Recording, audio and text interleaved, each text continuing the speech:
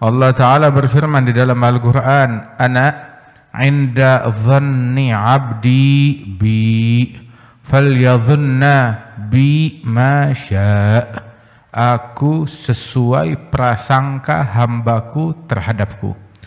Silahkan hambaku berprasangka apapun yang dia kehendaki kepadaku. Barang siapa yang berprasangka Allah akan memberinya, maka Allah akan memberinya.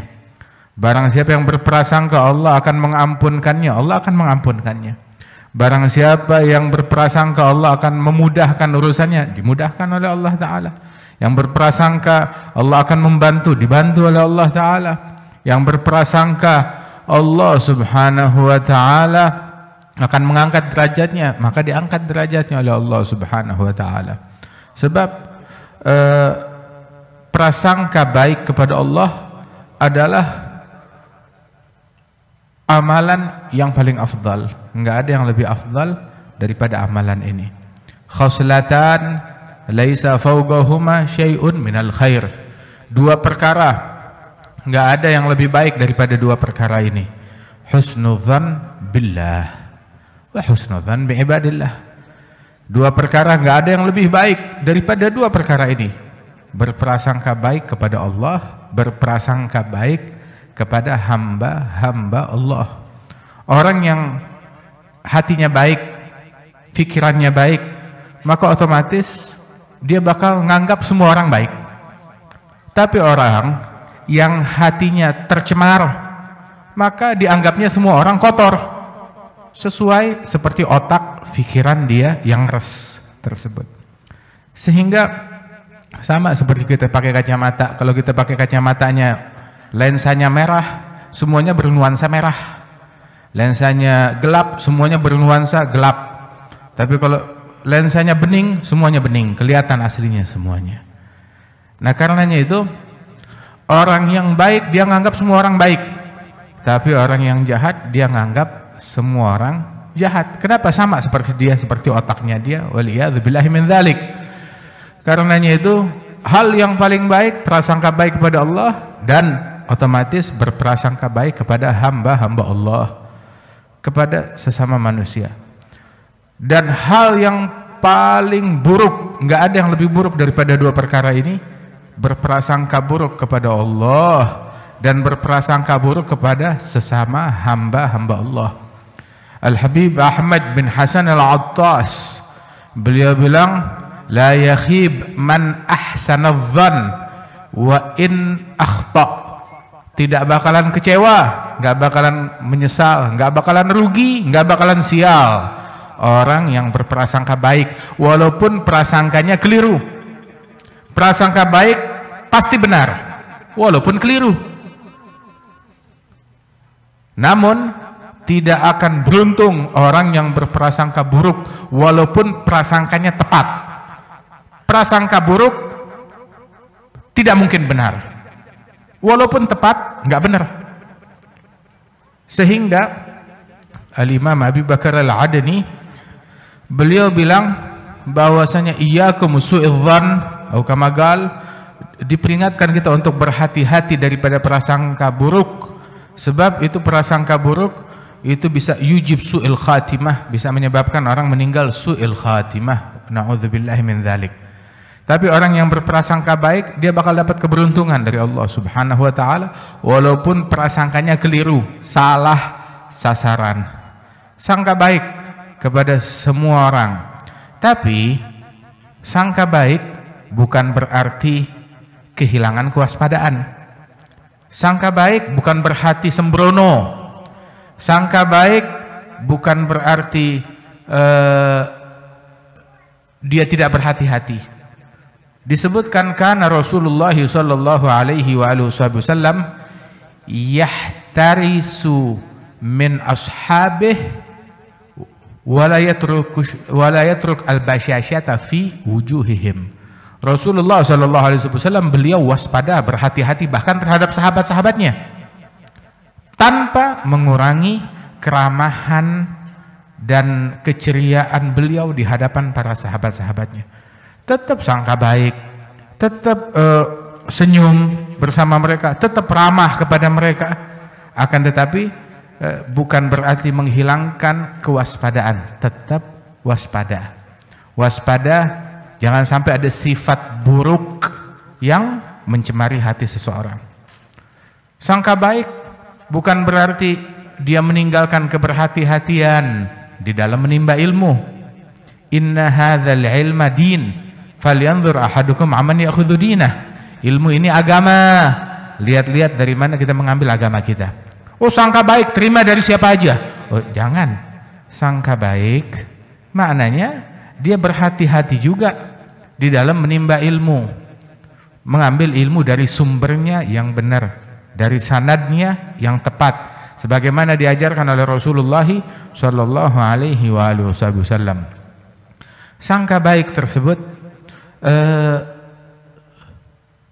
difirmankan oleh Allah Subhanahu Wa Taala, khudhu hidrakum, ambil kewaspadaan kalian, ambil kewaspadaan, waspada dari pandangan yang haram, waspada dari pikiran yang haram, waspada dari ucapan yang haram, waspada dari pergaulan yang buruk, yang jelek, waspada dari pikiran yang jelek, waspada dari hal-hal yang diharamkan oleh Allah Ta'ala, waspada dari teman duduk yang ngajak kita kepada kemaksiatan kepada Allah Subhanahu Wa Ta'ala.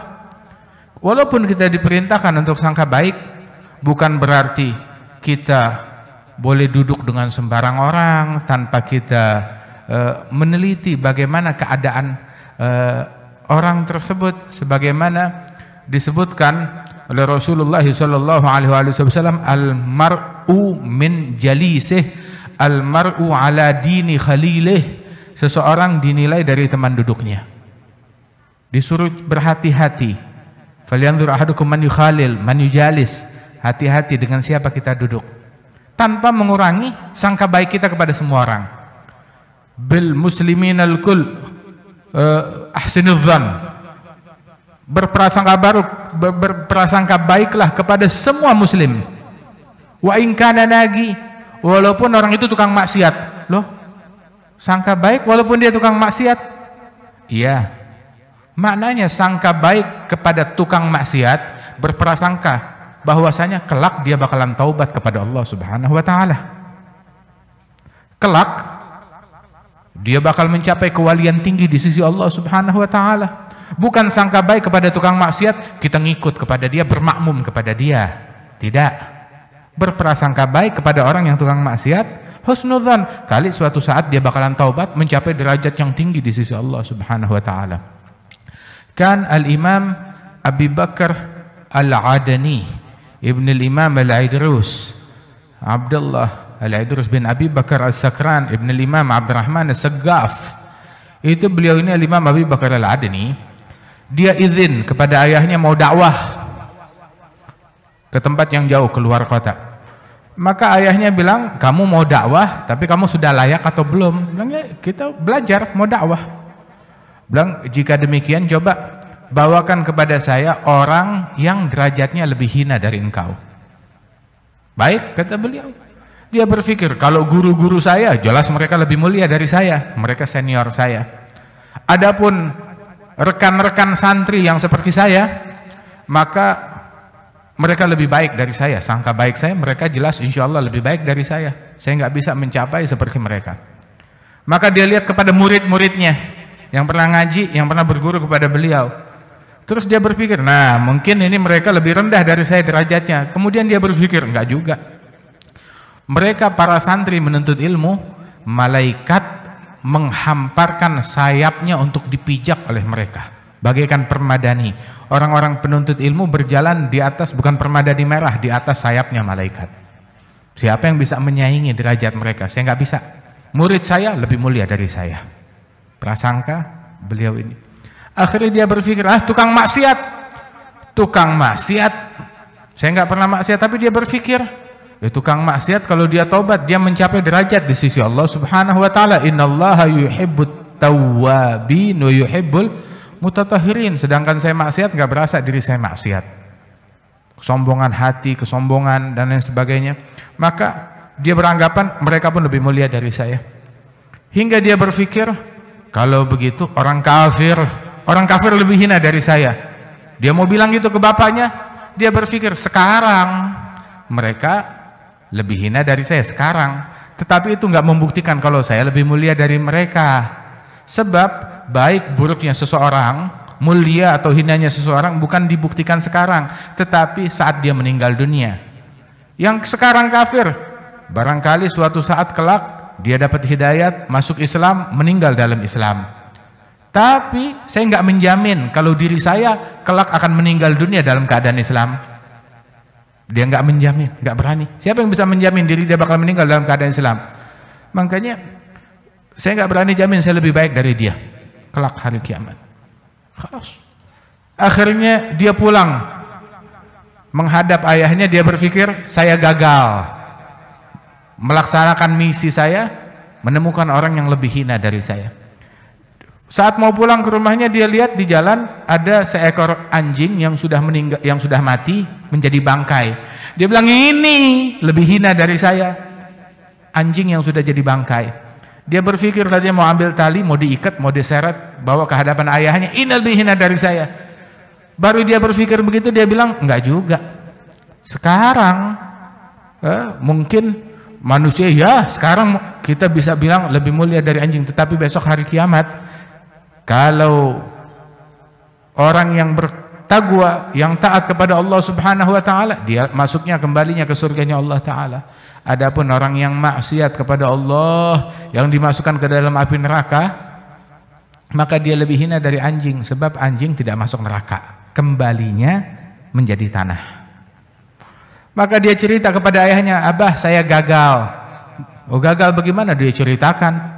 Bahkan anjing pun saya nggak berani bilang diri saya lebih mulia daripada bangkai anjing, kata beliau.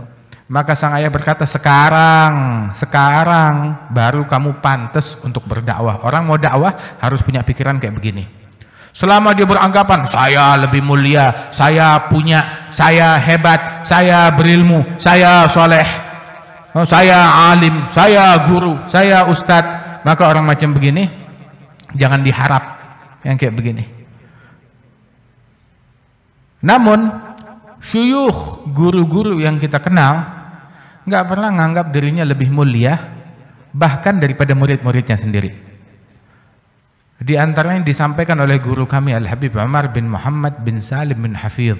Berkali-kali beliau bilang kalau lagi duduk sama kita nih, itu ada beberapa orang murid-muridnya, terus beliau bilang, ya, sungguh besok hari kiamat siapa yang selamat dari kita, ya, ingat-ingat sama temennya, cari temennya. Besok hari kiamat misalkan dia selamat, nyampe ke surga duluan, cari-cari temennya. Begitu, ulurkan tangannya, cari saya, cari temannya, mungkin saya masih belum selamat, tolongin kita semuanya, saling, sampai sedemikian rupa. Nggak menganggap dirinya lebih mulia daripada manusia lain, sangka baik kepada semua orang. Walidzalik, orang yang sangka baik tersebut anugerahnya besar dari Allah Subhanahu wa taala, sebab Allah taala bukakan bagi dia pintu, kamu mau apa? Silakan berprasangka. Tapi orang yang kalau prasangkanya sempit, picik, nggak dapat apa-apa. Al-madad ala qadril mashhad.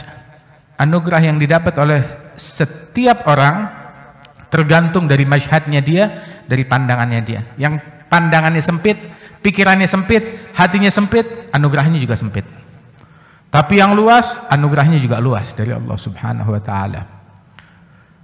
Husnudzan, sangka baik kepada orang.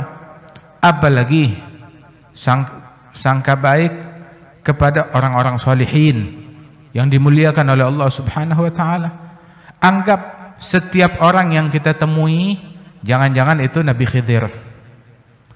Anggap setiap malam yang kita lalui jangan-jangan itu malam Lailatul Qadar. Anggap setiap saat, setiap jam yang kita lalui jangan-jangan ini saat dan jam dikabulkannya doa. Sebab itu dalam setiap malam ada satu saat di mana tidaklah hamba mukmin berdoa kepada Allah melainkan dikabulkan doanya oleh Allah Subhanahu wa taala. Sengaja jam itu disembunyikan agar tujuannya apa? Membuka, Allah ngajarkan kepada kita husnudzan, sangka baik di setiap menit yang kita lalui di malam hari. Dan juga husnudzan, sangka baik dalam setiap orang yang kita temui. Innallaha khaba'a thalath fi thalath. Allah menyembunyikan 3 perkara dalam 3. Allah menyembunyikan ridhanya dalam ketaatan. Fala tahgiranna minal ma'rufi syai'a. Allah menyembunyikan ridhanya dalam ketaatan, maka jangan meremehkan kebaikan sekecil apapun. Dan Allah menyembunyikan murkanya dalam kemaksiatan. Jangan meremehkan kemaksiatan sekecil apapun. Sebab al-ma'asi baridul kufur, kemaksiatan adalah utusan kekafiran, telegram dari kekafiran. Berhati-hati dari kemaksiatan. Terkadang sampai dikatakan oleh para ulama, inna rajul la yuhram inda mautih min nutqi bi syahadatain bisababi nadhari haram lam yatub minhu. Seseorang akhir hayatnya seringkali nggak bisa mengucap 2 kalimat syahadat gara-gara pandangan yang haram yang dulu dia lakukan di dunia, dan dia belum bersempat bertaubat daripada pandangan yang haram tersebut. Jangan meremehkan yang haram sekecil apapun. Dan juga Allah menyembunyikan khaba'a sirrahu fi ibadih. Allah menyembunyikan sirnya, rahasianya di dalam hamba-hambanya. Maka jangan sekali-kali meremehkan hamba-hamba Allah subhanahu wa ta'ala. Wa kam khafi fin nasi min miskini gadim tala min safwatil yagini wa hana bainan nas dhu timraini wa huwa ladal haqqi azimun ali fa inna fayda fadlihi fin nasi jalla anit tagyidi wal qiyasi turuguhu bi'adadil anfasi wajuduhu jarin bi kulli hali falaysa yakhtassu bidhi ansabi wala bi ahlil jiddi wal aksabi bal faydu fadlin mun'imi wahabi fihi nisa yagsumna karijali. Anugerahnya Allah subhanahu wa ta'ala itu demikian luas. Berapa banyak orang yang tersembunyi dalam khalwatnya, kelihatannya dia miskin, kumuh, pakaiannya jelek, kotor, dekil, akan tetapi dia di mata Allah subhanahu wa ta'ala agung, mulia. Nabi bilang di dalam hadis, rubba ash'ath aghbar madfu' bil abwab law agsam 'ala Allah la abarahu. Barangkali orang yang kelihatan miskin, kotor, kalau datang ke pintunya orang udah berpaling dari dia, pura-pura nggak ada. Jangan bilang saya ada, usir. Namun orang yang kelihatannya remeh, manusia menjauh dari dia, seandainya dia berucap sesuatu, ucapan yang keluar dari mulutnya langsung kontan dikabulkan oleh Allah subhanahu wa ta'ala. Subhanallah. Namun kelihatannya dekil, miskin, tetapi hatinya dipenuhi dengan sifat yakin kepada Allah ta'ala. Di antaranya Uwais Al-Qarni, Sayyidina Uwais Al-Qarni. Itu orang-orang kampungnya bilang, hadza majnun, ini orang gila. Akan tetapi dia di mata Allah subhanahu wa ta'ala wali min awliyaillah. Sampai dikatakan Uwais Al-Qarni, dia itu cari makanan di tumpukan sampah yang udah dibuang oleh orang. Dia cari situ ada makanan yang masih baik, diambil. Saat dia lagi cari makanan di tumpukan sampah, di sisi tumpukan yang lain ada seekor anjing nyari makanan. Itu anjing ngelihat dia, menggonggong dia. Dia bilang kepada anjing tersebut, antakul mimma yalik wa ana akul mimma yalini. Wahai anjing, kamu makan bagian yang dekat denganmu, saya nggak usir kamu. Saya makan bagian yang dekat dengan saya. Kita jangan saling mengganggu. Saya nggak bilang saya lebih mulia dari kamu atau kamu lebih mulia dari saya, tidak.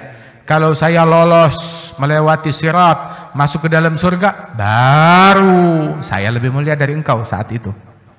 Tapi kalau saya gagal melewati sirat, terjeblos di dalam neraka, maka kamu lebih mulia dari saya. Salah seorang a'immatul madzahib ketika dia datang ke satu negeri disambut oleh para ulama-ulamanya. Berjalan di Arak, tahu-tahu depan dia ada seekor anjing berjalan di jalanan yang sama. Maka orang-orang ingin mengusir anjing tersebut. Dia bilang, jangan, anjing dan saya punya hak yang sama melewati jalanan ini. Saya nggak berhak mengusir dia, jangan ganggu. Subhanallah. Seperti itu prasangka mereka, seperti itu adabnya mereka. Sampai dikatakan wa kam bi husnidzanni min imdadi gadnalaha man kana dzu rasyadi fi khamilin imamu haqqin hadi yaronahun nasu minal juhali. Berapa banyak berkat husnudzan anugerah Allah Ta'ala yang tercurah kepada seorang hamba. Berapa banyak seseorang yang dikiranya kecil, nggak ada harganya, akan tetapi dia dipenuhi dengan sifat yakin, dipenuhi dengan derajat yang tinggi di sisi Allah Subhanahu wa Ta'ala. Sebab anugerahnya Allah nggak bisa dibatasin dengan akal manusia, mau itu laki ataupun perempuan. Berapa banyak perempuan yang lebih baik dari 1000 laki-laki? Banyak. Oh, mentang-mentang laki-laki lebih mulia dari perempuan? Nggak juga. Anugerah Allah Subhanahu wa Ta'ala tidak dibatasi oleh gender, hingga dikatakan bahwasanya kalau warisan lidzakari mithlu hadzil unthayain, orang laki dapat bagiannya 2 kali lipat, double dari perempuan dalam asabah, dalam ta'sib. Tetapi dalam kewalian dan anugerah Allah Ta'ala, berapa banyak perempuan yang lebih baik daripada kaum laki-laki. Syekh Sultanah Az-Zubaydi itu putranya Imam Segaf berkata kepada dia, an-nagah turid an tusabik jimal, onta betina masa iya mampu ngebalap onta jantan? Maksudnya wali perempuan mana bisa ngalahin wali dari kaum laki-laki, kata anaknya Imam Segaf. Maka Syekh Sultanah bilang kepada Imam Segaf, nujib au nata'adab, saya jawab ucapannya dia atau saya terima aja deh, bersikap adab kepada dia? Bilang jawab, katanya Imam Segaf. Maka dijawab oleh Syekh Sultanah, al-himil bil-himil wan nagah zad 'alaiha laban wal 'iyal. Antara onta betina dan onta jantan, yang bisa dipikul oleh onta jantan bisa dipikul oleh betina. Tetapi onta betina punya kelebihan apa? Dia ada air susunya dan juga dia punya anak, bisa melahirkan. Onta jantan punya apa? Katanya beliau begitu, Masya Allah. Karenanya itu, karena Rabi'ah al-Adawiyah itu dia gali kuburannya, dia gali lubang tempat dia akan dikuburkan kelak. Tiap hari dia ke lubang kuburan tersebut, dia baca Quran, hingga akhirnya dia berhasil menghatamkan Quran di masa hidupnya di dalam lubang kubur itu sampai 7000 kali hataman Quran. Rabi'ah al-Adawiyah, dan dia satu-satunya wanita yang melakukan itu. Al-Habib Ahmad bin Muhammad al-Mihdhar, anaknya yang di Surabaya tuh, Al-Habib Muhammad bin Ahmad. Nah, ini ayahnya dia, Ahmad bin Muhammad bin Alwi al-Mihdhar. Itu beliau juga melakukan hal yang sama, sampai anaknya bilang, "Abah, kenapa kamu lakukan hal ini? Kita kalau ada tamu malu." "Mana abahmu?" Abah di dalam lubang kubur, kita malu ngomongnya." Dia bilang, "Saya ini baca di kitab bahwasanya Rabi' al-Adawiyah dia menghatamkan Quran di kuburannya 7000 kali selagi dia hidup. Saya nggak lihat ada wali manapun, baik laki atau perempuan, yang melakukan ini kecuali dia.